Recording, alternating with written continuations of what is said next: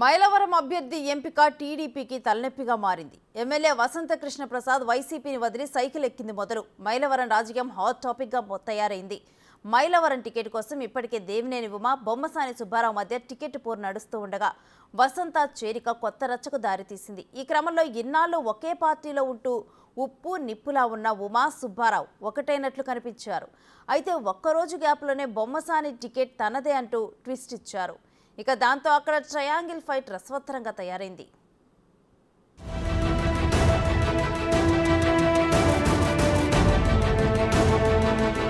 కృష్ణా జిల్లా మైలవరం రాజకీయాలు గత కొంతకాలంగా ఉత్కంఠగా సాగుతున్నాయి. ఎమ్మెల్యే వసంత కృష్ణ ప్రసాద్ ఎప్పుడైతే పార్టీని మారతారనే చర్చ జరిగిందో అప్పటి నుంచి సమీకరణాలు వేగంగా మారుతున్నాయి. టీడీపీ నుంచి మాజీ మంత్రి దేవినేని ఉమ ఈ నియోజకవర్గ బాధ్యతలు చూస్తున్నారు. 2014 ఎన్నికల్లో ఈ సీటు నుంచే గెలిచిన ఉమ మంత్రిగా కూడా పనిచేశారు. ఆ తర్వాత జరిగిన ఎన్నికల్లో వైసీపీ అభ్యర్థిగా పోటీ చేసిన వసంత చేతిలో ఓడిపోయారు. దేవినేని ఓటమి తర్వాత మరో సీనియర్ నేత బొమ్మసాని సుబ్బారావు కూడా మైలవరం టికెట్ రేసులోకి వచ్చారు. వసంత కృష్ణ ప్రసాద్, దేవినేని ఉమా కుటుంబాల మధ్య విభేదాలు ఎప్పటినుంచో ఉన్నాయి. రాజకీయంగా తీవ్రమైన విమర్శలు గుప్పించారు. మట్టి తవ్వకాల విషయంలో ఎమ్మెల్యే వసంతపై తీవ్ర స్థాయిలో ఆరోపణలు చేశారు దేవినేని. కొన్నేళ్లుగా ఈ రెండు కుటుంబాల మధ్య ఆధిపత్య పోరు నడుస్తున్న నేపథ్యంలో ఎన్నికలు సమీపిస్తున్న వేళ ఒక్కసారిగా పరిణామాలు మారిపోయాయి. వసంత కృష్ణ ప్రసాద్ వైసీపీని వీడి తెలుగుదేశంలోకి రావడంతో టికెట్ ఎవరికి దక్కబోతుందనేది టాక్ ఆఫ్ ది మైలవరంగా మారింది.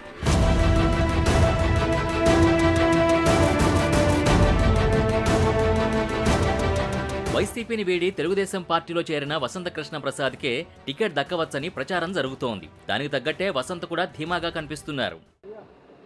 అందరూ గమనించాలి, 2014లో వేసిన వర్గాలు, 2019లో వేసిన వర్గాలు, 2024లో కూడా కొన్ని వర్గాలు ఓట్లేస్తాయి.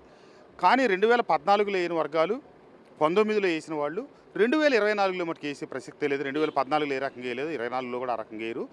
ఖచ్చితంగా వైఎస్ఆర్ కాంగ్రెస్ పార్టీకి పవన్ కళ్యాణ్ గారు, చంద్రబాబు నాయుడు గారి కలయిక వల్ల రాష్ట్రంలో ఉన్నటువంటి ఇప్పుడు కొన్ని మాధ్యమాల ద్వారా ఎన్ని దుష్ప్రచారాలు చేసినా విజయం కూటమిదే. ఊరన్నాక 4 కులాలు ఉంటాయి, రాష్ట్రం అన్నాక 4 పార్టీలు ఉంటాయి.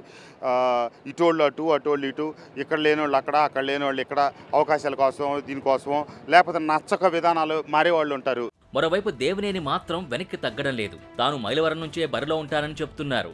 అయితే దేవినేనిని మరో చోట పోటీ చేయించాలని టీడీపీ అధినేత చంద్రబాబు భావిస్తున్నారన్న టాక్ వినిపించింది.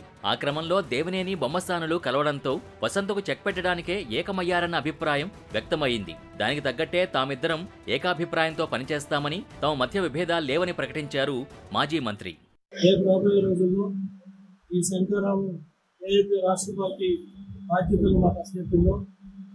ఇది మన కేంద్రం కాలంలో మన సర్పంచ్గా పనిచేసిన బొమ్మసాని సుబ్బారావు గారు, నేను కలిసి 2 రోజుల్లో కార్యాచరణ తీసుకెళ్ళి ప్రతి బూత్కి, ప్రతి ఇంటికి కూడా చంద్రబాబు నాయుడు గారి ప్రజాగణం, లోకేష్ బాబు శంకరరావుని ప్రజల్లో తీసుకెళ్ళి ప్రతి ఒక్క ఓటర్ని బూత్ దగ్గరికి తీసుకురావడానికి అంతలోనే బొమ్మసాని సుబ్బారావు ట్విస్ట్ ఇచ్చారు. తాను మైలవరం టీడీపీ అభ్యర్థి టికెట్ రేసులో ఉన్నానని, యాదృచ్ఛికంగా ఉమాని కలిశానే తప్ప కలిసి పనిచేయడానికి కాదని బొమ్మసాని సుబ్బారావు స్పష్టం చేశారు. దేవినేని నిర్వహిస్తున్న శంఖారావం సభకి తాను వెళ్లడం లేదని అంటున్నారు. మైలవరం తనకే దక్కుతుందని ధీమా వ్యక్తం చేశారు. వసంత నాగేశ్వరరావుని ఇప్పటికే చాలాసార్లు కలిశానని, తన కొడుకు కృష్ణప్రసాద్కి మద్దతివ్వాలని ఆయన కోరారని, అయితే తాను కూడా టికెట్ ఆశిస్తున్నట్టు చెప్పానని అన్నారు. వారిద్దరూ స్థానికేతరులని, వారికి వేరే సెగ్మెంట్లో ఆప్షన్స్ ఉన్నాయని పేర్కొంటున్నారు.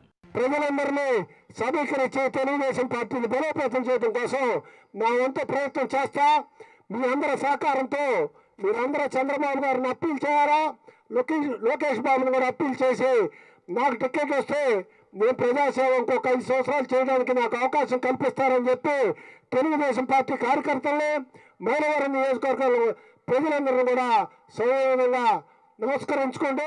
అంతలా చెప్పుకొచ్చిన ఆయన చంద్రబాబు ఏ నిర్ణయం తీసుకున్నా కట్టుబడి పనిచేస్తానంటున్నారు బొమ్మసాని. అలా ముగ్గురు నేతలు ఎవరి లెక్కలు వారు వేసుకుంటుంటే టీడీపీ అధిష్టానం మాత్రం తన పని తాను చేసుకుపోతోంది. సర్వే రిపోర్టుల ఆధారంగా టికెట్లు కేటాయిస్తున్నానంటున్న చంద్రబాబు మైలవరంలో ఆ పని ఇప్పటికే మొదలుపెట్టారు. తాజాగా ఐవీఆర్ఎస్ సర్వేలో రేసులో ఉన్న ముగ్గురు మీద ప్రజాభిప్రాయ సేకరణ మొదలుపెట్టారు.